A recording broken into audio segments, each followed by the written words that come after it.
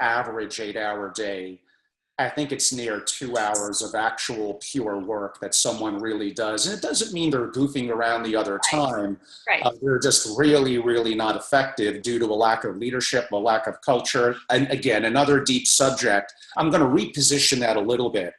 Are we ever going to see a time when we may have 3 or 4 day work weeks, 8 o'clock to 12 o'clock or whatever, 12 o'clock to 5 o'clock? Why are we so set in stone into the manufacturing mindset of the late 1800s and the way we currently work?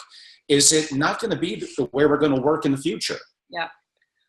Well, my short answer is we're afraid. It's fear that this is all we know. And how can you assure that if someone's not physically there, you don't require 5 days that they're actually going to do, you're going to get the same output.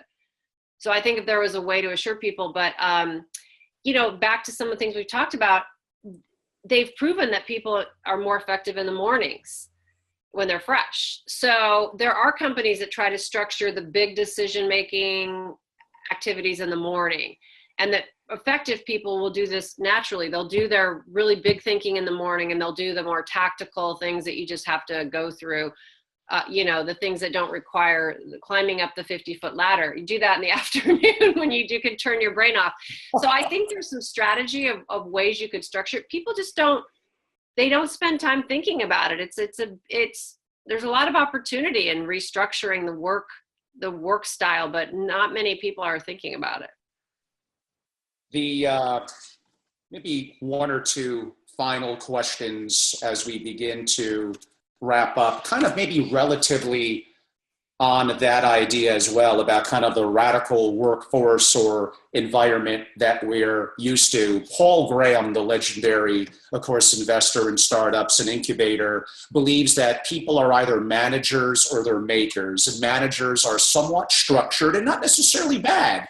Right. Having discipline, self-control, and having a process that works for them may be wonderful and very valuable. But when you take a left-brain creative, they're really more of the maker. They may not fit into, well, we have a meeting every day for 1 hour. You need to come in at 8:59 and leave at whatever, at 5:01. Why, if you're going to hire that type of person, do you have to realize they need to be managed differently? Yes. I mean, the short answer is yes. And that's why some of these personality tests are interesting, because they'll reveal some of these things, the creative types, the less structured types. I think there's room for everybody in the organization, but yes, I think that if that's what you're looking for is the creativity, you have to create an environment that will foster that, and putting them in a box of these tightly structured requirements will diminish their creativity. Yes, and I'm going to probably end with my final question. Among the most common questions or comments I get are people that are somewhat outside the SFO community and want to be in it. Now, some of the challenges are there's relatively a finite number of families with that level of resources that would even have, many don't, that would even have an SFO. Of course, I think they should. There's nothing like it for privacy, control, and customization, but for a variety of reasons, perception of complexity, of cost, of conflict of the advisors around them that don't want that divider between them. Right. So I'm going to position my question for people in kind of the startup community or Silicon Valley or creative mindset. How could they possibly get on the radar and be more attractive to what is growing, maybe a little slower than I would like, but the growing of families of resources creating a single family office? That's an interesting question. I hadn't thought of, how I would advise someone who wants to get into it to make their resume or their experience more relevant.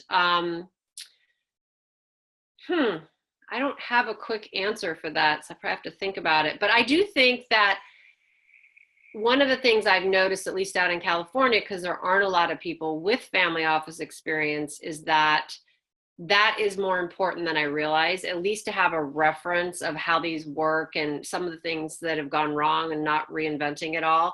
But you can get a lot of that from networking with people like you and your group of people that have gone through this. I think that it probably takes a really strong network to get into these things. So spending time networking with other family office people is probably the best starting point. And then looking at some of the reading and looking at some of these best practices and what is the skill set needed to get into a family office. Like I said, I got into it accidentally. I had no idea this was a thing. And I think every family looks for something slightly different, but to all the points we've talked about, family offices and historically have not been amazing places as far as how they're run. There's a lot of nuanced pieces to it. And so I think that if someone is willing to maybe mix that up and come in with some different ideas, that could be really interesting. But I do think a lot of people are looking for someone who's done it before, who's had some family office exposure so the extent that you could network and get exposed to that as a starting point would be important, because unless the family knows you somehow, it's hard to get introduced. They're also private, like you mentioned, and kind of closed, and they don't advertise. And how do you find them? It's difficult. It's got to be network. Yeah. Well, Lyn, it's been fantastic. Again, Thank you, Angelo.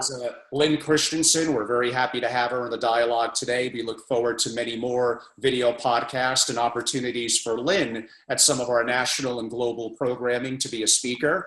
I'm Angelo Robles at Family Office Association. We hope you all enjoyed our podcast today. Some of the topics that were discussed are noted in my book upcoming this year in 2017, Effective Family Office. I look forward to hearing from many of you and seeing many of you in the near future. On that note, have a great day, everyone. Thank you for your time, Lyn. Bye-bye. Bye-bye.